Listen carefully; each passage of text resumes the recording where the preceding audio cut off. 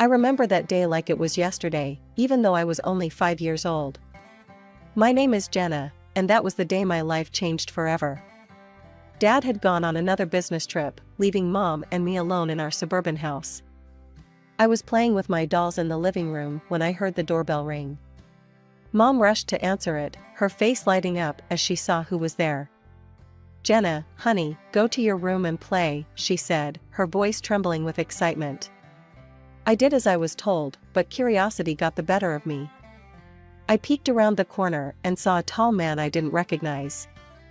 Mom was throwing clothes into a suitcase, moving faster than I'd ever seen her move before. Mom zipped up her suitcase and headed for the door.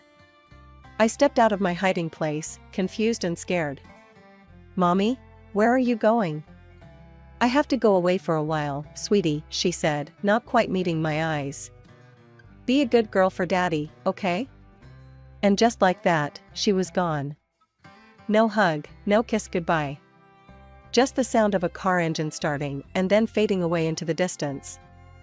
I stood there, staring at the closed door, waiting for her to come back. But she didn't. The house felt bigger and emptier than ever before. As night fell, I grew more scared. I tried to turn on the lights, but I was too short to reach the switches. The darkness closed in around me, and I started to cry. "Mommy, Daddy." I called out, over and over again. But no one came. I don't know how many days passed. I was hungry and thirsty, and the dark seemed to be alive, full of monsters waiting to grab me.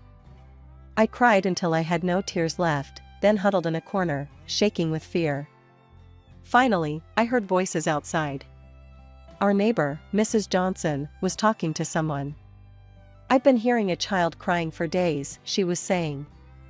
"I'm worried something might have happened." The door burst open, and suddenly the house was full of people. Policemen, neighbors, and finally, my dad. "Jen," he cried, scooping me up in his arms. "Oh God, Jenna, I'm so sorry." I clung to him, sobbing with relief. Over his shoulder, I saw a policeman holding a piece of paper. "Mr. Anderson," he said gravely. "I think you should read this." Dad set me down gently and took the note. As he read it, his face crumpled. He looked older suddenly, like he'd aged years in just a few moments. "She's gone," he whispered. "Linda's gone. She left us." The next few weeks were a blur. Dad took time off work to stay with me. We had lots of visitors, relatives, friends, and a nice lady who Dad said was a child psychologist. "Jenna's been through a traumatic experience," the psychologist explained to Dad. "It's normal for her to have some fears and anxieties after what happened." And boy, did I have fears. I couldn't sleep without a light on, the dark terrified me. And I panicked whenever Dad had to leave, afraid he wouldn't come back either. The fear never really went away. It became a part of me, as much a part of my identity as my brown hair or green eyes. Jenna Anderson, the girl whose mother left her, the girl afraid of the dark, the girl always worried about being abandoned. As the days turned into weeks, and weeks into months, life settled into a new normal. Dad and I became a team of two, figuring out how to navigate this new world without Mom. He learned to braid my hair, badly at first, but he got better with practice, and I learned how to make his coffee just the way he liked it. That changed the day Dad met Helen. I was 7 years old when Dad introduced me to her. Helen had kind eyes and a warm smile that made me feel instantly at ease. Over the next few weeks, Helen became a regular presence in our lives. She didn't try to replace my mom, something I appreciated more than I could express. Instead, she carved out her own space in our little family. One day, I overheard Dad talking to her on the phone. "I think it's time, Helen. Will you move in with us?" Helen moved in a week later. She didn't try to be my mom, but she became something just as important, a friend. She helped me with my homework, braided my hair much better than Dad ever could, and always made sure there was a nightlight in my room. As the years passed, our lives changed in other ways too. Dad's company took off, and suddenly we were moving to a big new house in a fancy neighborhood. I got my own room with a walk-in closet and a view of the backyard pool. But some things didn't change. I still slept with a nightlight. I still worried every time Dad went on a business trip. And sometimes, late at night, I'd catch Dad looking at old photos of Mom. My 10th birthday started like any other day. I woke up to the smell of pancakes, Helen's special birthday tradition for me. Dad was home from work, and we were planning a small party later. Everything seemed perfect. Then the doorbell rang. As I walked into the living room, I froze. Standing there, looking older but unmistakable, was my mother. And next to her was a little girl, about 5 years old, clutching a teddy bear and looking around wide-eyed. "Linda," Dad said, his voice tight. "What are you doing here?" Mom took a deep breath. "Tom, I'm so sorry. For everything. I know I have no right to be here, but..." She gestured to the little girl. "This is Emma. She's your daughter." The room went silent. I felt like I couldn't breathe. Dad's face went through a range of emotions: shock, anger, disbelief, and then, something else. "My daughter?" he repeated. Mom nodded. "I was pregnant when I left. I didn't know then, I swear. Tom, I've made so many mistakes. I'm not asking you to forgive me, but Emma, she deserves to know her father." I watched as Dad knelt down to the little girl's level. "Hi Emma," he said softly. I'm your dad." Emma looked up at him shyly. "Hi," she whispered. As Dad talked to Emma, I noticed Helen standing in the doorway, her face pale. She turned and walked away quickly. I wanted to follow her, but I felt rooted to the spot. The next few hours were a blur. There were lots of adult conversations I wasn't supposed to hear, raised voices, tears. I hid in my room, hugging my knees to my chest and trying to make sense of it all. Later that evening, Dad came to talk to me. "Jenna," he said, sitting on the edge of my bed. "I know this is a lot to take in. Your mom, she's made some big mistakes. But Emma, she's innocent in all this. She's your sister. I've decided to give your mom another chance. For Emma's sake." The next day, I watched from my window as Helen packed her car. She looked up and saw me watching. With tears in her eyes, she waved goodbye. I waved back, feeling like a part of me was leaving with her. Mom and Emma moved in that same day. Emma took the guest room, and Mom took her old place in Dad's room. It felt wrong, like she was erasing the last 5 years as if they never happened. The years that followed were complicated. Mom was back, but it wasn't the happy family reunion I might have dreamed of when I was younger. She doted on Emma, showering her with attention and affection. But with me, there was always a distance, an awkwardness that never quite went away. As for Emma, well, she was just a kid.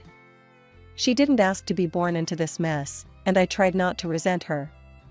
But it was hard, especially when I saw how easily she fit into Mom and Dad's life, in a way I never seemed to. By the time I turned 18, I was more than ready to leave for college. I had chosen to study zoology. Animals had always been easier for me to understand than people. They didn't judge, didn't have complicated emotions or messy family histories. They just were. The day I left for college was bittersweet. Dad hugged me tight, his eyes misty. "I'm so proud of you, Jenna," he said. "You're going to do great things." Mom gave me an awkward pat on the shoulder. "Good luck," she said, her smile not quite reaching her eyes. Emma, now 13, rolled her eyes. "Finally get my own room," she muttered. I pretended not to hear her, focusing instead on Dad's warm embrace. College was freeing. For the first time, I was away from the tension at home, the constant reminder of my complicated family situation. I threw myself into my studies, finding solace in the world of animals and nature. But even as I excelled academically, I struggled socially. Years of feeling like an outsider in my own family had left their mark. I was quiet, reserved, always afraid of getting too close to people. What if they left, like Mom had? What if they replaced me, like Emma seemed to have done? Instead, I found comfort in the college's small zoo. I volunteered there in my spare time, caring for the animals. There was a particularly grumpy old llama named Larry who became my favorite. He didn't like most people, but he seemed to tolerate me. The years at college flew by, and before I knew it, I was graduating. As I stood in my cap and gown, diploma in hand, I scanned the crowd. Dad was there, beaming with pride. Mom and Emma were there too, clapping politely. "Congratulations, Jenna," Mom said stiffly. "Your father and I have been talking, and, well, we think it's time you started looking for your own place. You know, spread your wings." I felt like I'd been punched in the gut. I looked at Dad, hoping he'd contradict her, but he just looked away, his expression pained. "Right," I said, trying to keep my voice steady. "Of course. I'll start looking right away." The days following my graduation were tense. I was back in my childhood home, but it felt anything but welcoming. Dad tried his best to make me feel comfortable, but Mom and Emma made it clear that I was an unwanted guest.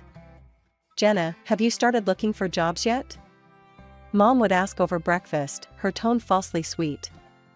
"You know, it's important to get your foot in the door early." Emma would chime in, "Yeah, and maybe you could find your own place too. It's getting kind of cramped around here." Nights were the hardest. I still needed my nightlight to sleep, a fact that didn't escape Emma's notice. One evening, as I was getting ready for bed, she barged into my room. "Seriously?" she scoffed, pointing at my nightlight. "You're 22 and you still need that? No wonder you don't have any friends." I felt my cheeks burn with shame. "Leave me alone, Emma," I muttered. But Emma wasn't done. At dinner the next day, she brought it up again, this time in front of everyone. "Hey, Mom, Dad," she said, her voice dripping with mock concern. "Don't you think Jenna should see a therapist or something? I mean, she's an adult who's afraid of the dark and can't make friends. That's not normal, right?"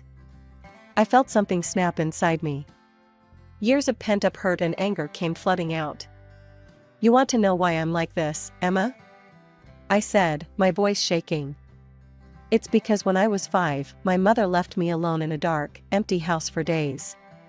Do you have any idea what that does to a child?" The table went silent. Dad looked down at his plate, his face a mask of guilt and pain. Mom's eyes widened in shock, then quickly filled with tears. "How dare you?" she cried, her voice rising dramatically. "How can you be so cruel and vindictive? I've tried so hard to make amends, to be a family again, and this is how you repay me?" As Mom continued her tearful tirade and Emma smirked triumphantly, I realized something: I couldn't live here anymore. This wasn't my home, and these people, they weren't my family. Not really.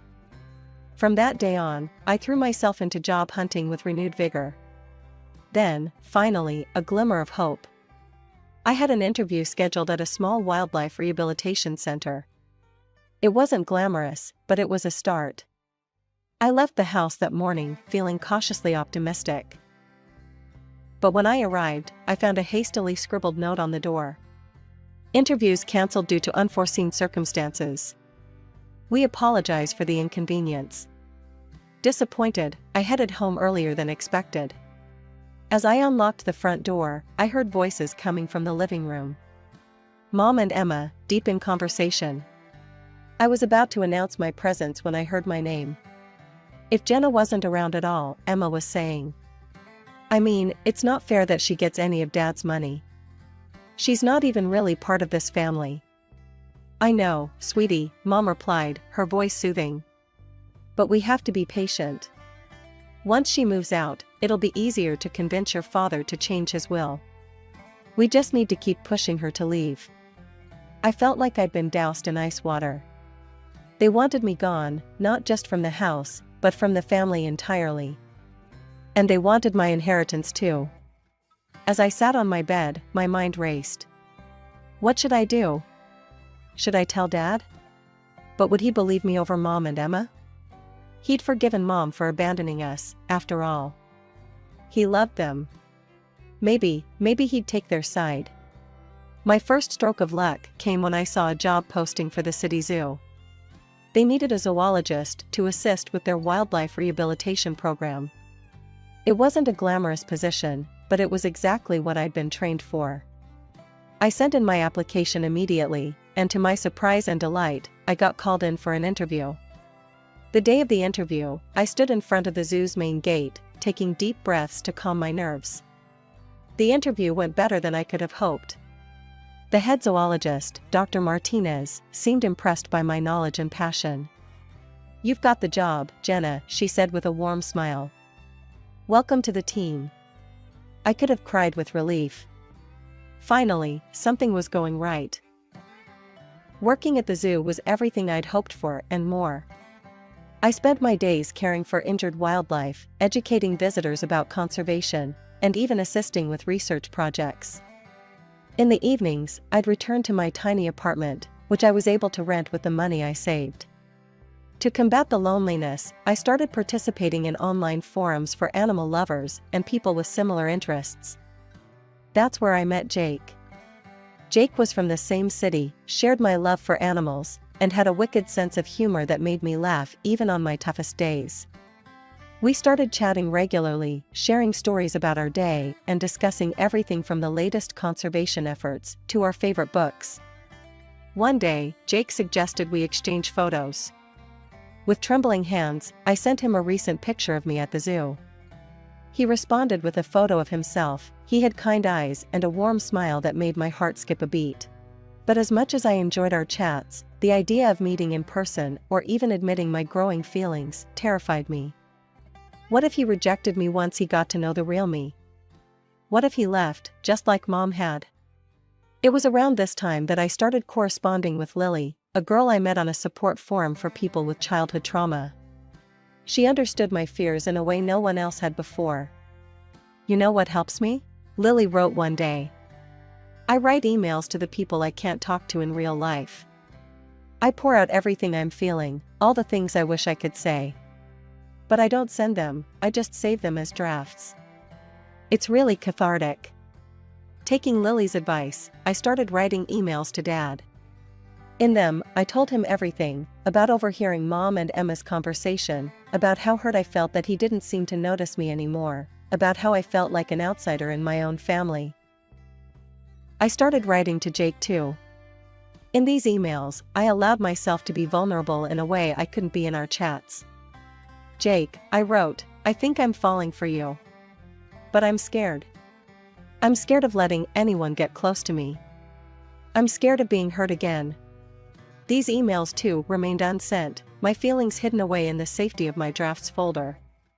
Dad called occasionally, his voice a mixture of concern and confusion. "Jenna, honey," he'd say, "why don't you come over for dinner this weekend? We miss you." Each time, I'd make up an excuse. "Sorry, Dad, I've got a big project at work," or "I'm not feeling well this week, maybe next time." It was just another Saturday afternoon. I was at the mall, picking up some essentials, when I heard a familiar voice call my name. "Jenna, is that you?"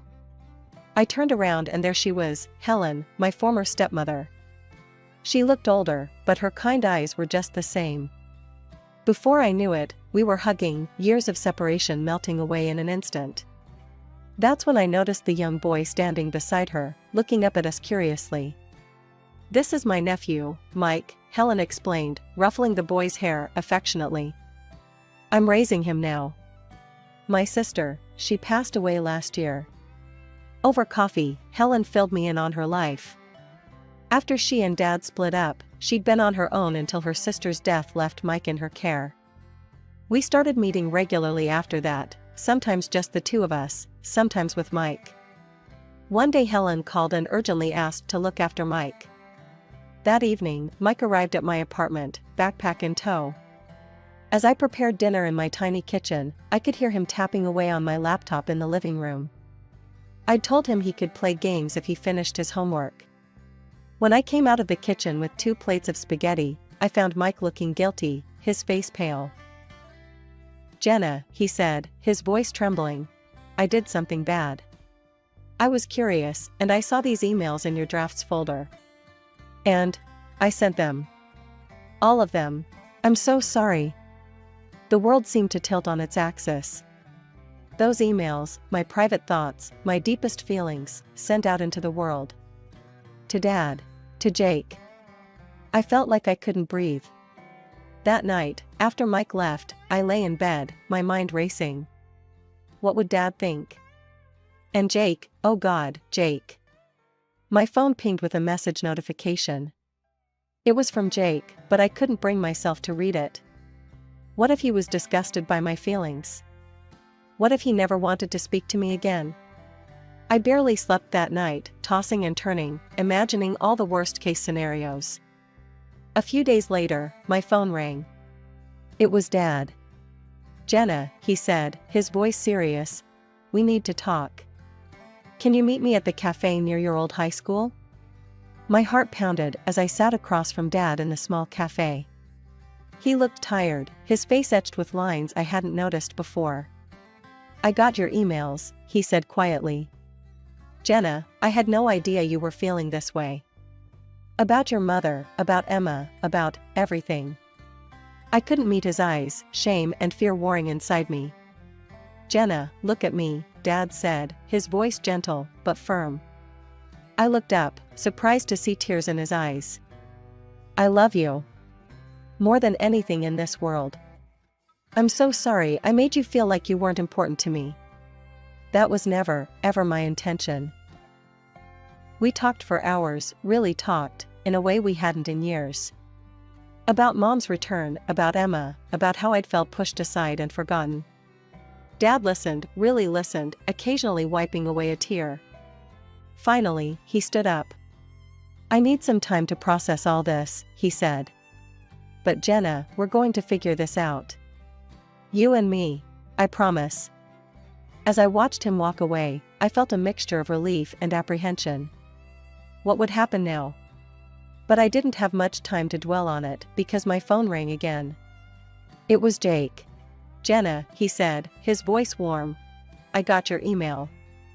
And I feel the same way.